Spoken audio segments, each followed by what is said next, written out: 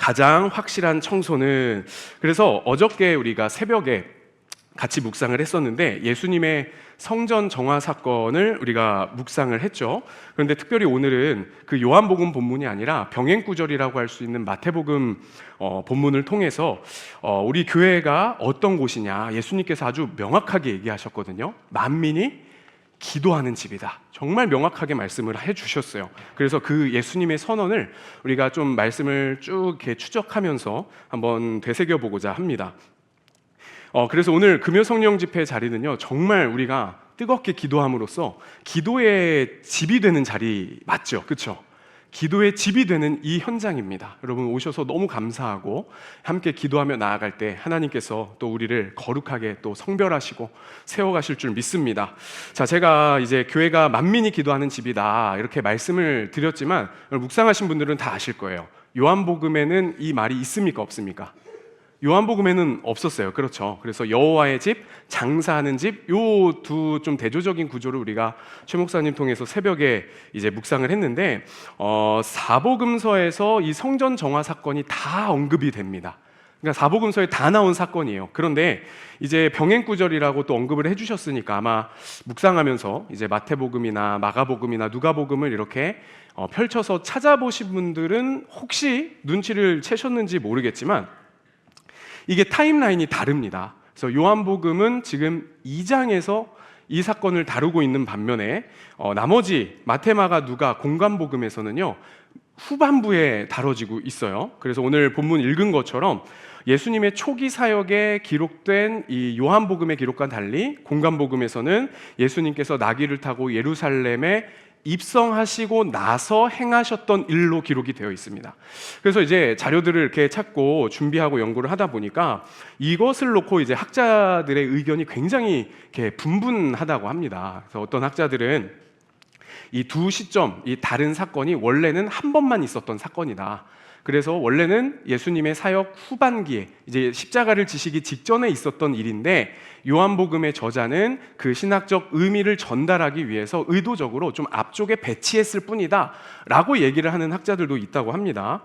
자, 그런데 오늘은요 그냥 성경에 기록된 그대로, 성경에서 보여지는 그대로 한번 우리가 추적을 하면서 묵상을 해보아 간다면 예수님께서 사역 초기에도 이 성전 정화 사건의 사역을 하셨고 그 다음에 십자가 지시기 직전에 이 후기 사역에서도 이 성전 정화 사건을 또 하셨다라고 여러분 한번 같이 생각을 하면서 오늘 본문을 좀 묵상해 보고자 합니다.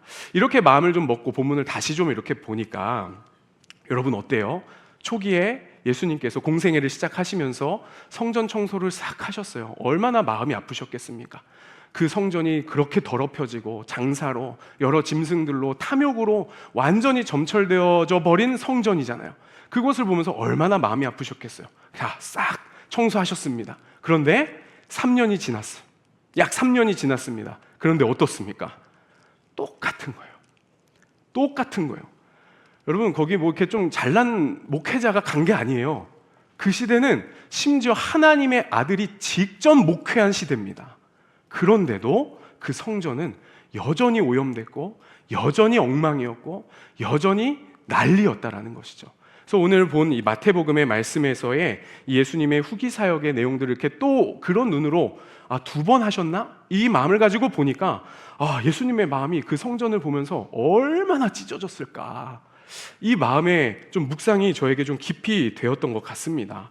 그래서 오늘 이러한 예수님의 마음, 이러한 예수님의 눈을 가지고 마태복음 말씀을 중심으로 해서 또 요한복음의 말씀과 이게 병행구절이기 때문에 또 어떻게 연결이 되는지 한번 말씀을 잘 따라가 보고자 합니다. 먼저 이 사건이 일어난 시점, 앞서서 말씀을 드렸지만 10절 말씀으로 우리가 같이 한번 읽어보도록 하겠습니다. 10절 시작. 예수께서 예루살렘에 들어가셨을 때에 온 도시가 들떠서 물었다. 이 사람이 누구냐? 네, 지금 막 몰래 들어오시는 장면이 아니고요. 나귀를 타고 대대적으로 지금 사람들이 겉옷을 벗고 종려나무를 깔면서 호산나 다윗의 자손 예수여 막 외치면서 난리가 온 이 예루살렘 성읍이 소동하면서 일어나는 장면이에요. 그래서 그 가운데는 이 사람 도대체 누구냐? 이 사람이 도대체 누구냐? 이거 무슨 일이냐? 이렇게 지금 모든 성들이 소동하고 있는 상황 가운데 이제 예수님이 예루살렘으로 입성하시는 장면입니다. 그런데 여러분 아시죠? 이 입성하시는 시점을 통해서 이 날짜적으로 보면 고난주간이 시작이 되는 거예요. 고난주간이 시작이 되고 예수님께서 이제 죽으시는 그 문으로 나아가시는 장면이라고 할 수 있습니다. 그래서 예수님의 공생애 가운데 이 예루살렘 입성의 장면은요, 굉장히 중요한 의미가 있습니다. 겸손의 왕이신 예수가 나귀를 타고 진정한 왕으로 그 예루살렘 성에 입성하시는데, 놀랍게도 아이러니하게도 그 입성은 어디를 향하게 되죠? 십자가의 죽음을 향하게 되는 거예요. 왕이 오셨는데 그 왕을 죽이는 현장이 이제 곧 이어지게 되는 것입니다. 그래서 예수님께서 십자가로 향하던 그 예수님의 공생애의 도상에 이제 본격적인 이제 임박한 십자가의 죽음의 문을 딱 열고 들어가신 거예요. 그리고 두 번째 의미로는요, 예수님을 정치적인 메시아, 군사적인 메시아로 기대했던 당시에 수많은 사람들의 마음이 있었어요. 그래서 호산나 이 외쳤던 것이 이분을 정말, 예수님을 내 믿음의, 내 신앙의, 정말 내 영혼의 구원자로 여긴 것이 아니고요, 이후에 이 군중들이 돌변하지 않습니까? 예수님을 죽이는 자들로, 예수님을 못 박으라고 폭도들로 변하는 장면을 봐요. 그래서 예수님을 정치적인 메시아로 기대하면서 막 찬양을 했는데, 의도적으로 예수님께서는 그 기대를 그냥 바로 꺾어버리십니다. 그 인기를 이렇게 누리시지 않아요. 너무 당연한 얘기겠죠. 바로 그 기대를 꺾어버리시는 장면이 오늘 장면이기도 합니다. 그래서 이렇게 중요한 예루살렘 성을 입성하시는 이 중요한 장면에서 예수님은요, 첫 번째로 하신 그 행동, 첫 번째로 손보신 곳이 어디냐? 바로 성전입니다. 성전, 더럽혀진 성전, 일전에 청소를 했지만 아무 변화도, 아무 깨달음도 얻지 못한 그 성전, 여전히 탐욕으로 물들어 있는 그 성전으로 곧장 나아가시는 거예요. 그래서 그곳을 또다시 한번 청소하시는 것입니다. 예수님이 이 과정에서 진짜 말씀하고 싶으신 것이 있으신 것 같아요. 그래서 오늘 우리 첫 번째 묵상할 포인트는 바로 이건데요, 당시의 성전의 상태입니다. 성전의 상태. 자, 당시의 성전이 어떤 모습이었는지 우리가 요한복음을 통해서 이미 이제 미루어 알지만은 12절을 통해 다시 한번 보겠습니다. 우리 12절 말씀 같이 읽겠습니다. 시작. 예수께서 성전에 들어가셔서 성전들에서 팔고 사고 하는 사람들을 다 내쫓으시고 돈을 바꾸어 주는 사람들의 상과 비둘기를 파는 사람들의 의자를 둘러 엎으시고. 자, 거기에 팔고 사는 사람들이 있었고요, 그 다음에 돈을 이렇게 환전해주는, 바꿔주는 사람들이 있었고, 또 비둘기 파는 짐승들을 이렇게 판매하는 사람들이 있었는데, 그들을 다 내쫓으시고 다 둘러 엎으시는 모습을 우리가 볼 수 있어요. 성전에서 매매하는 사람들, 돈 바꾸는 사람들, 짐승을 파는 사람들이 이때 당시에 왜 있었냐, 이 시장이 왜 형성이 되었냐, 여러분 어느 정도 아시겠지만 조금 설명을 좀 덧붙여 드리자면 이것입니다. 사실 이 여기저기 흩어져 살았던 이 디아스포라 유대인들이요, 유월절이 되고 안식일이 되면 이 성전으로 나온 거예요. 그래갖고 그곳에서 이제 예배를 드려야 되는데 제물을 가지고 오겠죠. 근데 제물을 가지고 올 때 잘 이렇게 흠없는 것을 가지고 왔을 겁니다. 잘 추스려서 비둘기도 메오고 양도 메오고 가지고 왔을 거예요. 그런데 이렇게 이동하는 과정이라든지 먼 곳에서 오다 보면은 이 흠없었던 제물이 어떤 상황이 펼쳐질지 모르지 않습니까? 그래서 오다가 이렇게 돌부리에 걸려갖고 흠이 생겼거나, 좀 여러 모양으로 이렇게 어려워지는 상황이 있거나, 오다 죽을 수도 있고, 관리가 좀 어려워서 힘들 수도 있었을 거예요. 그러다 보니까, 그런 일들이 너무 많다 보니까 성전에 와서 동물을 이렇게 사가지고 거기서 드린다면, 잘 성별된 동물을 사서 드린다면 흠없는 제물을 드릴 수 있으니까 얼마나 이게 좋은 거겠어요. 그래서 사실 이런 첫 번째 의도를 보면 이게 뭐 얼마나 잘못인가, 이런 생각이 사실은 듭니다. 그런데 여기에 문제가 생긴 거예요. 여기에 뭐가 들어가기 시작했냐면 탐욕이 들어갔고 돈 문제가 걸리기 시작한 거예요. 우리 새벽에도 나눴잖아요. 돈 문제가 다 걸리면서 그 당시에 그 성전의 지도자들, 제사장들, 그 레위인들, 이 사람들이 욕심과 탐욕이 생기면서 어떻게 보면 좀 예배에 대한 도움을 주기 위한 이 과정이 오염되기 시작한 겁니다. 그래서 예를 들면 이런 상황이 펼쳐진 거예요. 이제 이제 가난한 사람이 비둘기를 들고 왔습니다. 오늘 본문에 보면 굳이 딱 비둘기만 언급이 됐는데, 왜냐하면 이 비둘기는 가난한 사람들이 드리는 예물이었거든요. 그래서 레위기 말씀에 보면 양 한 마리도 바칠 형편이 못 될 때는 자기가 저지른 죄에 대한 보상으로 산비둘기나 집비둘기를 드려라, 이렇게 나와요.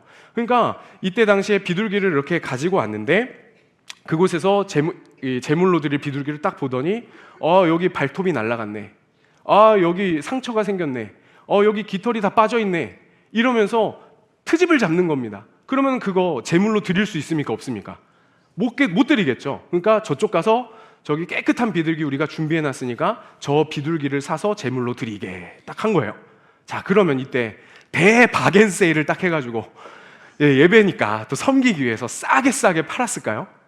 아니에요. 바가지를 씌우고 비싼 가격에 파는 거죠. 여러분, 휴가철에 거기 가서 먹으면 어때요? 비싸잖아요. 다 아시네요. 비싼 거, 너무 비싼 거잖아요. 그거 똑같았을 겁니다. 가서 바가지를 씌우고 또 웃돈을 막 해가지고 이거는 못 드리는데 여기까지 제사 드리러, 예배 드리러 왔는데 이거 제사도 못 드리고 아무것도 못하게 생긴 사람들의 그 심리를 이용해서 그런 모습들이 있었을 것이에요. 그래서 그 비둘기를 어렵게 사가지고 제물을 드리면 거기서 뭐가 생길까요? 수익이 생기겠죠. 장사를 한 거예요. 장사하는 집이 된 것입니다. 그래서 이렇게 바가지를 씌우는 어떤 방식들을 통해서 가난한 사람들을 뜯고 그 사람들의 골수를 그냥 빼먹는 그런 모습들이 너무나 성전 안에 너무 만연했고 많이 있었다라는 것입니다. 뿐만 아닙니다. 돈 바꾸는 사람들이 있어요. 돈 바꾸는 사람들.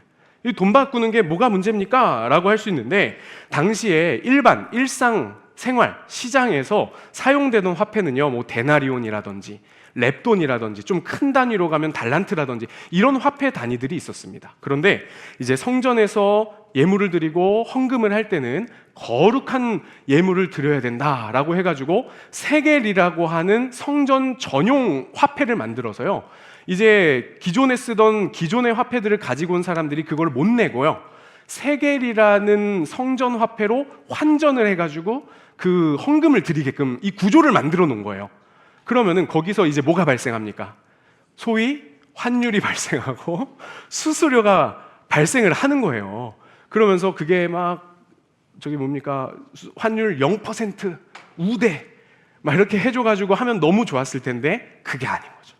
거기에다가 또 웃돈을 붙여서 그 돈을 하고, 여러분 또 휴가 가셔서 현지에서 하면 어때요? 공항에서 환전하시면 어때요? 너무 비싸잖아요. 이게 미리 또 막 카드 발급 받아가지고 이렇게 해야 막 우대 받고 이러는데, 그때도 똑같았던 거예요. 그곳에 갔더니 더 많은 돈을 지불할 수밖에 없게 되고, 재물을 살 때도 돈을 바꿀 때도, 그러니까 그 성전 앞마당이요 엉망진창이 된 거예요. 탐욕으로 물들고 욕심으로 물들고 가난한 사람들의 그 모든 골수를 빼먹는 그런 정말 죄악과 욕심으로 가득 차버린 문제가 그때 당시에 되어버렸다라는 것입니다. 한때 요 예수님께서 노끈으로 그냥 막 다 쓸어버리시고 다 밀어버리시는 이 장면 때문에 교회에서 이제 선교나 어떤 구제를 위해서 여선교회에서 뭐 떡을 팔거나 참기름 팔거나 하잖아요. 막 그거에 경기를 일으키는 분들이 있었어요. 교회에서 장사를 하다니, 막 이제 뭐죠? 또 바자회 같은 거 하면은 막 이제 의회 이렇게 차신 분들이요 막 난리를 칩니다. 교회에서 장사를 하다니 예수님이 분노하시는데 막 그랬어요. 근데 어떻습니까? 의미를 좀 살펴보니까 그거랑은 다르다라는 걸 아시겠죠? 그래서 이때 당시에 어떤 이런 1차원적인 묵상의 주제를 던지기 위해서 오늘 이 말씀을 주신 것은 아니다라는 거예요. 자, 그렇다면 오늘 이 말씀을 우리가 묵상하는 우리의 마음과 태도는 어때야 될까? 사실 저는 어제 새벽에도 그렇고요, 말씀을 묵상하는데 내가 이런 막 강도짓을 하고 우리 성도님들 막 속여먹고 등골을 막 빼먹고 그런 신앙생활은 내가 잘하지 못해도 그러진 않는 것 같은데, 적어도 어떤 장사꾼의 마음을 갖고 그냥 싹꾼처럼 그렇게 하려고 하지 않는 것 같은데? 라는 생각이 사실은 먼저 들었습니다. 그런데 곰곰이 묵상하고 이 말씀을 되새기면서 생각을 해보니까 이 오염된 성전의 문제는요, 어떤 누구의 문제가 아니더라고요. 바로 제 문제라는 걸 느꼈어요. 내 안에 제가 막 그 정도로 하진 않을지라도 이게 사역을 하고 또 예배자의 자리에 서고 묵상하는 한 사람으로 주님 앞에 그리스도인으로 설 때 이게 내 이익이 딱 먼저 앞에 우선되는 그 불쑥불쑥 올라오는 무서움이 있습니다. 정말이에요. 그래서 오늘 말씀을 묵상하면서 첫 번째 나누고자 하는 마음은요, 묵상의 태도입니다. 말씀을 묵상하다 보면은 여러분 많이 나눴지만 여러분 누가 떠오르세요? 때로는 남편이 떠오르고 때로는 아내가 떠오르고 때로는 저 자식놈이 막 떠오르면서 이놈이 말씀을 들어야 되는데 저 양반이 오늘 말씀을 들어야 되는데 하필 안 왔네, 하필 묵상을 안 했네, 막 그러면 열받죠. 막 야 이거 들었어, 막 링크 보내. 이게 좋은 의미가 아니라 좀 들어봐, 딱 너한테 하는 말이야. 그럴 때가 있지 않습니까? 아닌 것처럼 시치미 떼시지 마시고 그럴 때가 있잖아요. 그러다 말씀 묵상하다 보면 이게 사실 목회자인 저에게 사실 더 이렇게 경각심이 드는 마음이에요. 말씀은 누구를 향할까요? 나를 향해요. 누구 뭐라고 할 게 없어요. 나를 향하는 거예요. 나에게 주시는 하나님의 말씀. 오늘 성전이 오염됐네. 저 양반이 좀 오염된 것 같은데가 아니라 내 안에 오염된 신앙의 모습은 없나? 10년, 20년, 30년 신앙생활 하면서 내 안에 변질된 마음 정말 없나? 이만큼은 아니라고 하면서 적당히 타협하는 내 마음 없나? 여러분, 말씀을 이렇게 묵상하고 바라볼 때 그 마음이, 그 중심이 언제나 지금 나에게 와야 한다라는 것입니다. 자, 그래서 오늘 우리는 당시의 성전의 상태를 살펴봤지만 진짜 살펴야 하는 포인트는 두 번째 이겁니다. 바로 내 성전의 상태. 내 성전의 상태. 여러분 어떻습니까? 교회에 이제 출석하고요.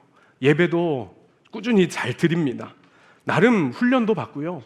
헌금도 나름 이렇게 하면서 소위 정말 나름의 신앙생활을 우리는 다 하고 있습니다. 그런데 그 모습 안에서, 그 나름의 신앙생활의 모습 안에서요, 아까 말씀드린 대로 나의 유익, 또 나의 이름, 내 체면, 내 공로, 내 의를 위하여서 이 성전을 신앙이라는 이름으로 포장할 때가 너무 많진 않으세요, 혹시? 그래서 이 성전이 성전 되어야 되고 여호와의 집이 되어야 되는데 자꾸만 장사하는 집이 되는 거예요. 내 감정, 내 유익, 내 체면, 내 자존심, 내 마음, 내 이득, 내 이름, 내 공로. 이 이득이 내게 너무 중요한 거야. 그래서 이것이 손상이 오거나 이것에 침해를 받는 것 같으면요, 순식간에 성전이 장사하는 집이 돼요. 순식간에 장사하는 집으로 변질될 수가 있다라는 것입니다. 특별히 교회 안에서 목사인 저에게는요, 다시금 이 말씀은 또 한 번 새겨야 되는 진리의 말씀이 되더라고요. 앞에 설 때가 참 많고 여러분들이 인도해야 될 때가 많고 또 때로는 가르쳐야 될 때도 참 많은데 그것이 정말 내 안에 순전한 마음으로 되어지고 있는지 날마다 돌아보지 않으면은 언제고 저도 장사하는 놈이 될 수 있는 거예요. 삭군이 될 수 있는 거예요. 이게 저뿐이겠습니까? 우리 장로님들, 우리 권사님들, 중직자들, 귀한 리더십분들 너무 귀하게 섬기시는 건 너무 잘 알고 이미 우리 교회 안에서는요, 정말 선순환의 은혜가 충만하게 일어나고 있지만 여러분 아시죠? 영적 긴장감 놓으면 내 안에 그 마음이 올라와요. 때로는 체면 때문에 티는 못 내는데 울구락 풀구락 내 안에서 미움이 올라오고 나쁜 마음이 올라오고 나쁜 언어가 막 올라오는 거예요. 내 내면을 들여다보면 이 당시에 오염되었던 성전, 탐욕으로 무너졌던 이 성전의 모습과 그다지 별반 다르지 않은 우리의 모습들을 발견할 때가 혹시 많지 않으십니까? 당시 종교적 행위가요, 자기 유익을 위한 도구로 전락했던 것처럼 철저히 자기 유익 중심의 신앙생활로 굴러가지 않도록 우리는 부단히 말씀 앞에 또 은혜 앞에 무릎 꿇어야 되는 것일 것입니다. 여러분, 그래서 이런 진단을 말씀을 통해 이렇게 좀 해보면서요, 한 가지 좀 중요한 묵상의 마음을 하나님께서 좀 저에게 주셨던 것 같아요. 뭐였냐면 바로 공동체의 소중함이었습니다. 영적인 긴장감을 놓으면 나 중심의 신앙생활을 자꾸 하게 된다, 이 말씀을 좀 드렸는데요, 이거는 여기서부터 자유로울 수 있는 신앙에는 아무도 없을 겁니다. 그런데 공동체가 왜 소중하냐? 모든 인생은요, 영적인 긴장감을 놓으면 필히 자기중심적으로 갑니다. 그런데 부단이요, 여러분, 목장 공동체 안으로 들어오고 양육 공동체 안으로 들어오게 되면은 이 죄의 본성으로 자꾸만 기우는 나를요, 하나님께서 공동체를 통해 땡겨주세요. 그래서 목장 안에서 말씀을 나누고 은혜를 나눠요. 그리고 누군가의 또 은혜들을 나눔을 통해서 또 듣게 됩니다. 그러면서 이분은 이러한 말씀 통해 이런 은혜를 받았구나. 나 이런 은혜 받았는데 까먹었는데 또 노트를 펼쳐보고 메모한 걸 딱 펼쳐보니까 그래 맞아. 주님이 이 은혜 주셨었지. 나 이거 또 까먹었네. 또 잊었네. 라고 하면서요, 나 중심으로 자꾸 이렇게 무게추가 기우는데 하나님이 여기에다가 말씀의 추를 턱 올려주시고 은혜의 추를 턱 올려주시니까 다시 돌아올 수 있는 힘을 여기서 얻는 거예요. 나에게는 힘이 없어요. 나는 힘을 주면 줄수록 이쪽으로 저울이 기우니까. 근데 주님이 공동체를 통해서 여기에 딱 올려주시는 거예요. 양육 공동체는 어떻습니까? 부단히 양육 공동체, 동반자 과정, 양육자 과정으로 이렇게 우리가 들어가고 나아가다 보면은요, 거기서 예수님의 마음을 배워요. 왜일까? 한 사람이요, 여러분 너무 많이 말했죠? 한 사람이 한 사람을 붙잡고 4개월 내지는 5개월 가량의 시간을요, 같이 기도해주고 매주 시간을 내고 마음을 내서 만나주면서 말씀을 나누고 묵상을 나누고 교제를 같이 공부하면서 은혜를 나누는 이 시간들이요, 얼마나 소중한지 여러분 이미 경험하신 분들 많이 계실 거예요. 그 한 분을 섬기는 자리에서 양육자들이 느끼는 은혜들은 정말 쉽지 않아요. 부담이 되실 수도 있어요. 그런데 그 가운데서 주시는 은혜는요, 정말 딱 이 단어예요. 예기치 않은 은혜. 예기치 않은 은혜. 그래서 1기부터 지금 4기까지 진행이 됐는데 이 모든 기수의 양육자분들이요, 첫 동반자를 받을 때 반응이 다 똑같아요. 목사님 잘 찾아오셨습니다. 양육할 사람 바로 여기 있습니다. 저에게 동반자를 주십시오. 이런 분이 별로 없어요. 목사님 벌써요? 진짜요? 이러면서 이걸 어떻게든 밀어보시려고 하실 때가 있어요. 이해가 당연히 되죠. 저도 그랬으니까. 그런데 그 가운데로 들어가서 한 영혼을 섬겨보다 보면 이게 잘 돼서 은혜가 될 때도 있지만 이게 잘 안 돼서 은혜가 되시더라고요. 한 영혼을 섬기는 그 자리에 서서 그분을 위해 기도할 수밖에 없고 그분을 위해서 정말 말씀을 준비할 수밖에 없는 그 부담스러운 자리에 딱 서니까 자기 중심으로 계속 기울던 무게추가요, 여기에 그 한 영혼이 딱 올려지는 거예요. 끊임없이 내 쪽으로, 끊임없이 내 욕심으로 기울다가 정신을 번쩍 차리는 거예요. 이 영혼 섬겨야지. 이 영혼에게 또 좋은 꼴을 우리가 같이 먹이고 나눠야지. 이 마음들을 경험하는 거예요. 그리고 두 번째 동반자 받을 때 또 벌써요. 그러긴 하십니다만은 여러분 그 과정에서 얼마나 큰 은혜가 있습니까? 그래서 이 공동체의 소중함, 이게 자기 중심의 신앙생활을 벗어버릴 수 있는 정말 중요한 원리라는 것을 여러분 아시길 바랍니다. 그래서 이제 3월 달부터 시작되는 양육자반 5기가 있습니다. 벌써 여러분 5기가 됐어요. 5기. 여러분 5기로라도 들어오셔야 돼요. 5기로라도 들어오셔가지고 여러분 동반자로서 양육자의 섬김 받으신 분들 있으시죠? 우리 방송 보시는 분들도 있으시죠? 그리고 입 싹 닫으시면 된다 안 된다? 안 된다. 섬김을 받았으니까 또 그 자리로 섬기러 가보는 거예요. 그러면 내 중심으로 자꾸 기울던 내 마음과 생각과 내 영혼이 주님에게로 옮겨지고 한 영혼에게 추로 딱 옮겨지는 은혜를 여러분 진짜 경험하실 거예요. 여러분 지금 많은 분들이 신청을 해주셨는데 아니요, 더 지금 저희 목회실에서 이분 신청해야 되는데 왜 안 하셨지? 모르는 것 같죠? 이름을 다 지금 적어서 카톡으로 나눠서요, 볼 때마다 우리 목사님들 마주치는 분들 자 들어가 주시죠. 자, 양육자반 들어오실 수 있게 건면해 주세요. 이러면서 명단도 나누고 같이 기도하고 그런 마음으로 가고 있습니다. 여러분, 지금 눈동자가 막 흔들리시는 분들이 보여요. 여러분, 양육을 멈추신 양육자분들도 계시잖아요. 모를 것 같죠? 그 엑셀 파일에다 다 정리해 놨어요. 목사님 연락 주세요. 목사님 시작하겠습니다. 다시 한번 해보겠습니다. 그 영혼 섬기는 자리 부담스러운데 힘든데 한번 또 감당해 보겠습니다. 여러분, 이 마음 한번 나눠봐 주십시오. 그때 내 중심의 추가 어디로 옮겨진다? 다른 영혼에게로 옮겨지고 주님에게로 기울고, 여러분 여기에 우리의 믿음의 힘이 있음을 여러분 꼭 놓치지 마시기를 주님의 이름으로 축복합니다. 자, 여러분, 예수님께서는요 이러한 어떤 변질된 성전의 모습을 보시면서 이 정말 의로운 분노죠. 정말 분노라고 제가 말했지만 사랑이 듬뿍 담긴 분노를 바라시게 되는 거예요. 그래서 요한복음에 보면은 노끈으로 이제 채찍까지 엮어서 2주에 좀 나누겠지만 그 성전을 싹 쓸어버리시는 장면을 보게 되는데, 오늘 마태복음 12절 말씀을 한번 같이 좀 보도록 하겠습니다. 자, 12절 우리 한 목소리로 같이 읽어볼게요. 시작. 예수께서 성전에 들어가사 성전 안에서 매매하는 모든 사람들을 내쫓으시며 돈 바꾸는 사람들의 상과 비둘기 파는 사람들의 의자를 둘러 엎으시고. 자, 이 장면이 이제 요한복음에서 이제 15절에서 이렇게 말하는데 제가 읽어볼게요. 노끈으로 채찍을 만들어 양과 소와 함께 그들을 모두 성전에서 어떻게 하시죠? 내쫓으십니다. 내쫓으세요. 그래서 아까 마태복음으로 좀 다시 돌아가 볼게요. 요 두 구절에 조금 차이가 있는데요. 자, 12절에 보시면 예수님이 성전에 어떻게 하셨죠? 들어가셨어요. 자, 요걸 딱 기억해 두세요. 예수님이 성전에 들어가셨다. 딱 이걸 기억해 두시고, 그 다음에 거기서 매매하고 그 성전을 더럽혔던 모든 사람들을 어떻게 하시죠?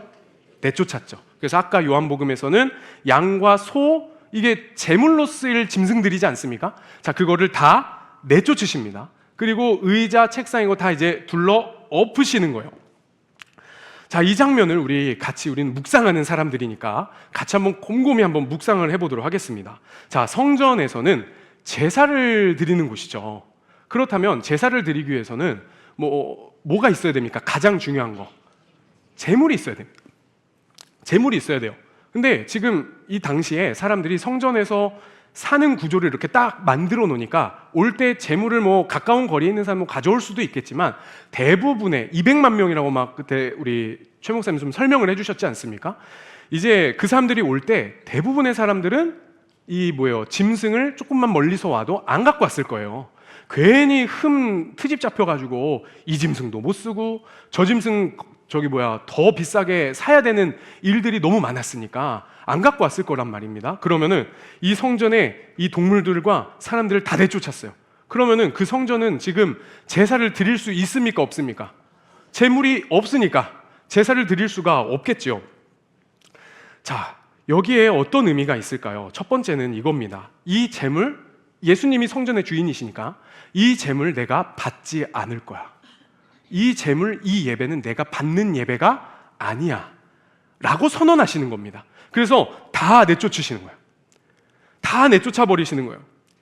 탐욕과 자기 이득과 자기 중심과 자기 의로 점철된 예배 받지 않으시겠다라고 하시는 예수님의 마치 심판 또는 책망과 질책의 선언이에요. 그래서 다 내쫓아 버리셨어요. 자, 그런데 두 번째로 정말 중요한 의미를 한번 우리가 묵상해 보고자 합니다. 자, 성전에 아까 우리가 표시했던 것처럼 예수님이 들어오셨죠. 성전에 들어오셨어요. 그리고 제물들은 사람들도 그렇고 다 내쫓으셨습니다. 그리고 요한복음에 보면 채찍으로 그곳을 막 치시면서 청소를 하십니다.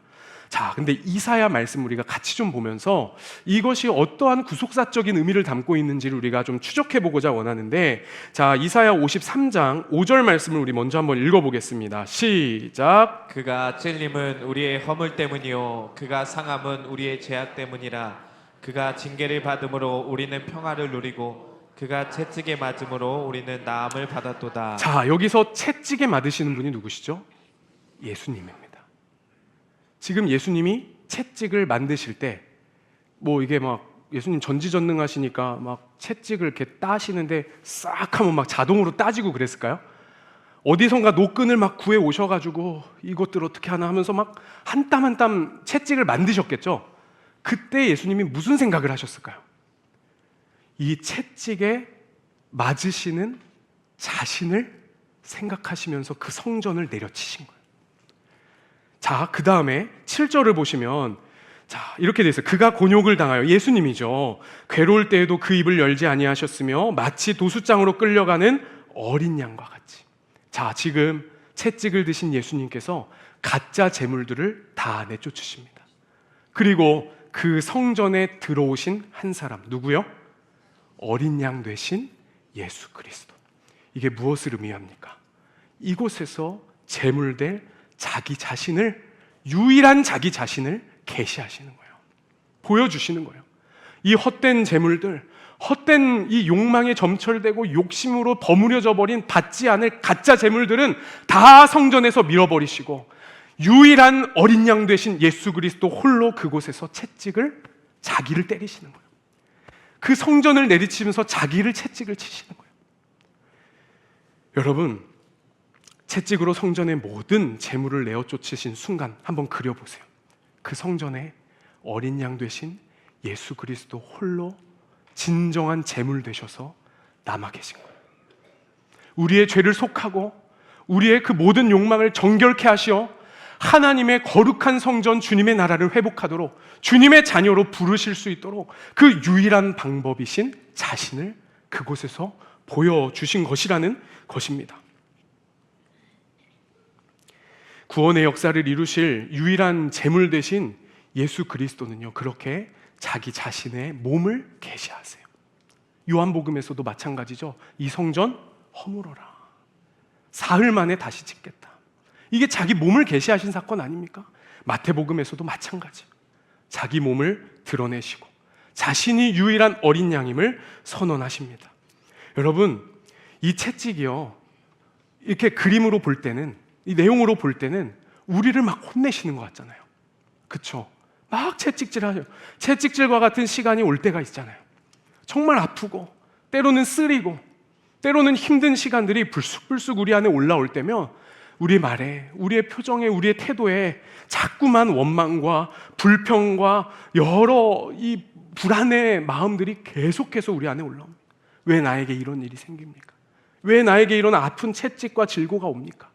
그런데요, 여러분, 그 시간은 사실 나의 모든 죄짐을 짊어지시고 그 모든 채찍질을 다 담당하신 예수 그리스도를 발견하는 자리입니다.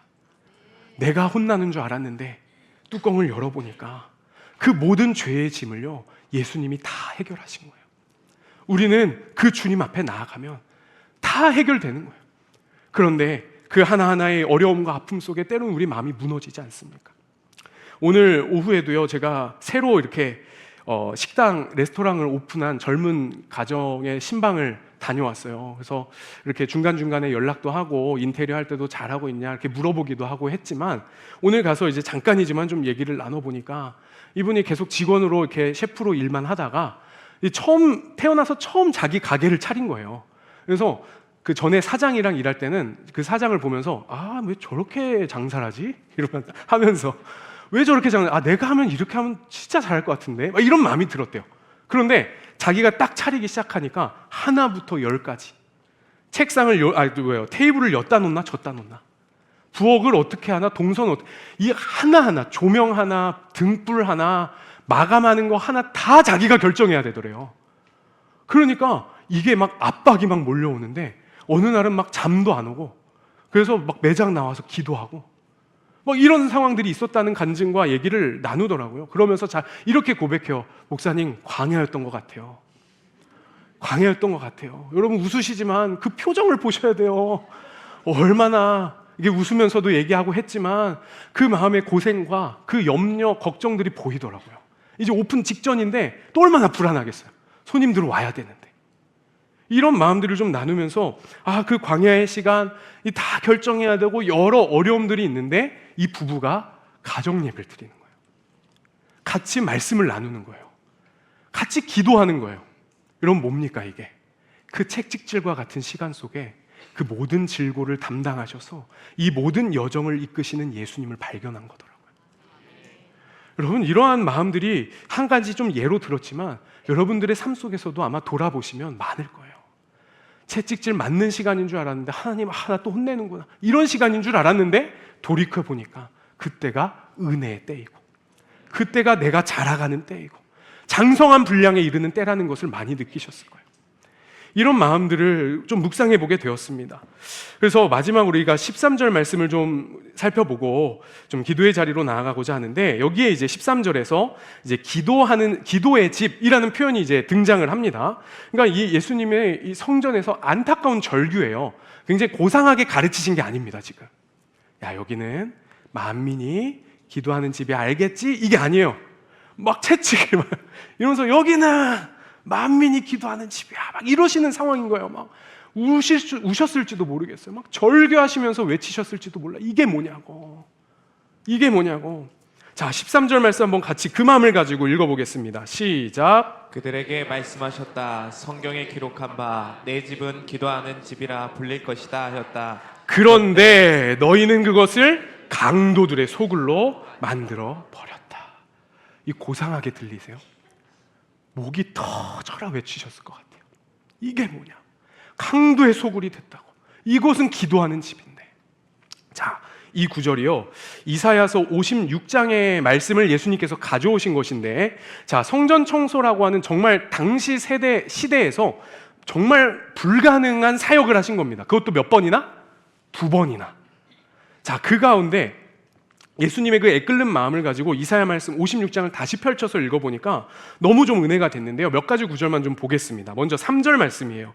자, 같이 한번 읽어볼까요? 시작. 이방 사람이라도 주님께로 온 사람은 주님께서 나를 당신의 백성과는 차별하신다 하고 말하지 못하게 자, 여기는 누구냐면 이방 사람. 이방 사람이 주님께 예배하러 온다면 차별하지 않겠다, 이렇게 얘기하시는 거고요. 그 다음 구절 계속 이어서 볼까요? 시작. 부자라도 나는 많은 장작에 지나지 않는다 하고 말하지 못하게 하여라. 그렇죠. 부정하다라고 얘기했던 고자도 주님 앞에 나오면 상관없다는 거예요. 예배 받으시겠다는 거예요. 그래서 7절에 보면 내가 그들을 나의 거룩한 산, 성전이죠, 나의 거룩한 산으로 인도하여 기도하는 내 집에서 기쁨을 누리게 하겠다. 이방인에게, 고자에겐 기쁨이 없어요. 그런데 하나님께서는요, 예배하러 나오는 이들, 기도하러 나오는 이들에게 기쁨을 주겠다고 약속하시는 게 이사야에 나오는 거예요. 그 다음 구절, 또한 그들이 내 제단 위에 바친 번제물과 희생제물들을 내가 기꺼이 받을 것이니 나의 집은 만민이 모여 기도하는 집이라고 불릴 것이다. 이게 성전의 정체성이었는데, 오늘 예수님의 시대 때는 그 정체성을 다 잃어버리고 장사의 집으로, 강도의 구렬로 만들어버린 겁니다. 그러니까 예수님이 이 얘기를 하실 때 얼마나 우셨을까, 얼마나 슬프셨을까, 얼마나 안타까운 마음으로 자기 자신을 막 채찍을 내리치셨을까. 여러분, 오늘은 우리가 하나님의 이 열심으로 이 자리에 초청된 겁니다. 나는 이방인과 같고, 이사야 말씀 그대로 빌어올게요, 고자와 같고 정결하지 못하다고, 부정하다라고 정죄받을 만한 인생을 살고 있는 것 같아요. 심지어는 오늘 성전에서의 모습처럼 매매하고 돈 바꾸고 탐욕과 자기중심의 신앙으로 자꾸만 기우는 나의 모습이 있지요. 그런데 주님께서는 그들에게 찾아와 주시는 거예요. 그들에게 찾아와 주셔서 자신이 대신 채찍을 맞으시면서 진짜 어린 양이 여기 있다, 진짜 어린 양이 여기 있다. 너희는 지금 무엇을 바라보며 예배하고 있느냐, 무엇을 바라보며 신앙생활하고 있느냐. 우리에게 또 그 말씀을 던져주시는 거예요. 자기를 채찍질 하시면서. 그 질고 다 우리가 담당해야 되지 않습니까? 그 채찍 내가 맞아야 되는 거 아닙니까? 그런데 주님이 다 짊어지시겠다는 거예요. 그리고 어떤 모습이라도 좋으니 거룩한 산으로 나아와라, 성전으로 나아와라, 기도의 집으로 나아와라, 여호와의 집으로, 예배의 집으로 나아오라고 주님은 우리를 오늘도 이 시간도 부르고 계시다라는 거예요. 하나님의 열심이 지금 우리를 이 자리에 초청하셨습니다. 그리고 그 초청에 저와 여러분은 부르셨습니다. 반응했습니다. 어떠한 모습이든 괜찮습니다. 그러나 이 시간, 이 순간만큼은 나의 집을 헐고, 나의 욕망의 집을 헐고 기도의 집으로, 여호와의 집으로 다시 함께 세워가기를 소망합니다. 그래서요, 여러분, 청소가 필요한 대상은 어느 누가 아닙니다. 바로 나예요. 내 안에 여전히 유익을 위해서, 이득을 위해서라면 예수님 정도는 차차선으로 밀어버리는 게 아무렇지 않은 나, 내가 정말 청소가 필요해요. 그래서 오늘 말씀의 제목을 다시 한번 생각해 볼까요? 가장 확실한 청소는 뭘까? 가장 확실한 청소는 뭘까? 이 성전 정화의 완성과 같은 말씀은 사실 요한복음 2장 19절입니다. 우리가 이미 묵상했지만 다시 한번 읽어보겠습니다. 다 같이 한번 읽어볼게요. 시작. 예수께서 그들에게 말씀하셨다. 이 성전을 허물어라. 그러면 내가 사흘 만에 다시 세우겠다. 여러분, 진정한 영적인 청소는 단순히 조금 닦고 마는 클리닝이 아닙니다. 리빌딩이에요. 다시 세우겠다. 이거 영어 성경을 제가 찾아보니까 이렇게 돼 있더라고요. 디스트로이. 이 뭐죠? 파괴해버리라는 거예요. 네 성전. 그거 파괴해버려라. 부셔버려라. 이렇게 닦고 요즘 여기 먼지가 좀 있네. 이게 아니에요. 부셔버리는 거예요. 완전히 무너뜨려버리라는 거예요. 거기에다가 하나님이 다시 세우겠다는 거예요. 라이즈 일업. 다시 일으킬 거야. 다시 세울 거야. 그 건축자는 누구시죠? 예수 그리스도. 우리의 유일한 어린 양 제물 되신 예수 그리스도. 그때 우리는 오염되어져 버린 성전을 부수고 진짜 성전이신 예수 그리스도로 세워져 가는 거예요. 그래서 어떻게 보면요, 엄밀히 말하면 예수님께서는 오늘 성전을 정화, 청소하신 것이 아니라 진짜 성전인 자신으로 오염된 성전을 아예 대체시켜 버리셨습니다. 이게 사흘 만에 다시 부활하시겠다, 자신의 몸을 가르쳐 하신 말씀이랑 우리 너무 이미 잘 알고 있지 않습니까? 여러분 어떻습니까? 끊임없이 나의 내면으로 막 밀려 들어오는 주님보다 앞선 그 무언가가 있지 않으세요? 그거 여러분 부단히 무너뜨리고 파괴하고 내쫓고 계십니까? 그리고 그 자리에 홀로이신 유일하신 예수 그리스도, 그 어린 양 되신 주님만을 탁 모시고 나아가고 계십니까? 내 심령을 오늘도 주님은 두드리시면서 이 기도하는 집으로 나아오라고, 이 예배하는 집을 회복하라고 오늘 우리에게 말씀하십니다. 더 이상 강도의 소굴로 내어줄 수 없습니다. 더 이상 강도들의 소굴로 빼앗길 수 없습니다. 이제 주님의 집으로 굳건히 서야 하는 우리 교회, 우리 가정, 나의 일터, 우리 사랑하는 자녀들, 내가 품은 그 한 영혼들, 우리 목장, 그 모습들로 우리가 세워져 가야 할 것입니다. 여러분, 십자가를 목전에 두신 예수님께서요, 세상의 기대, 세상의 인기를 단번에 뒤집어 버리신 이 성전 전화 사건은 오늘 저와 여러분에게 숙제입니다. 이건요, 우리가 생각하고 기대하는 영광이랑 다른 영광이거든요. 요한복음 묵상하면서 이 영광이 어디로 향하는지 이미 묵상했지 않습니까? 십자가를 향하시는데 이게 영광의 때라시는 거예요. 이해가 안 되는 겁니다. 우리의 생각, 세상의 시선으로는. 그런데 은혜와 진리가 충만한 독생자의 영광이 우리에게 임했습니다. 자기 자신을 채찍질하시면서 우리를 그 기도하는 집으로 부르시는 하나님의 부르심이 오늘 나에게 주어진 거예요. 우리에게 주어진 것입니다. 이제 순종하고 반응할 때 온 것이죠. 우리 사랑하는 성도 여러분, 이 시간 다 같이 자리에서 일어나셔서 이 마음 가지고 우리 찬양하며 나아가기 원합니다. 우리가 올 한 해 정말 희년의 영광과 말씀 선교의 시작이라는 표어를 계속해서 좀 되새기고 있는데요, 오늘 말씀을 묵상하면서 그래, 이 기도하는 집, 성전의 본래 모습, 이것을 회복하기 위하여서 내가, 여러분들 수많은 분들이 여기에 결단한 그 성전 봉헌에 대한 결단의 마음들이 있으시죠? 하나님, 이걸 통하여서 이 은혜를 경험하게 해주십시오. 이번 희년의 영광이 누군가의 영광으로 끝나지 않고 우리 모두 나의 영광으로, 나의 놀라운 은혜로, 우리 가정의 영광으로 주님 허락해 주시옵소서. 이 마음을 가지고 나아가시길 소망합니다. 그리고 말씀 선교의 시작을 통해서요, 여러분 그 은혜가 우리로부터 전하여질 거예요. 전파될 것입니다. 예수 그리스도만이 우리의 유일한 어린 양이시라고. 우리가 이 말씀을 통해 또 선교하는 마음, 이러한 마음들이요, 하나님의 큰 그림 속에서 우리를 계속 기도하는 집, 성전으로 오늘도 부르고 계십니다.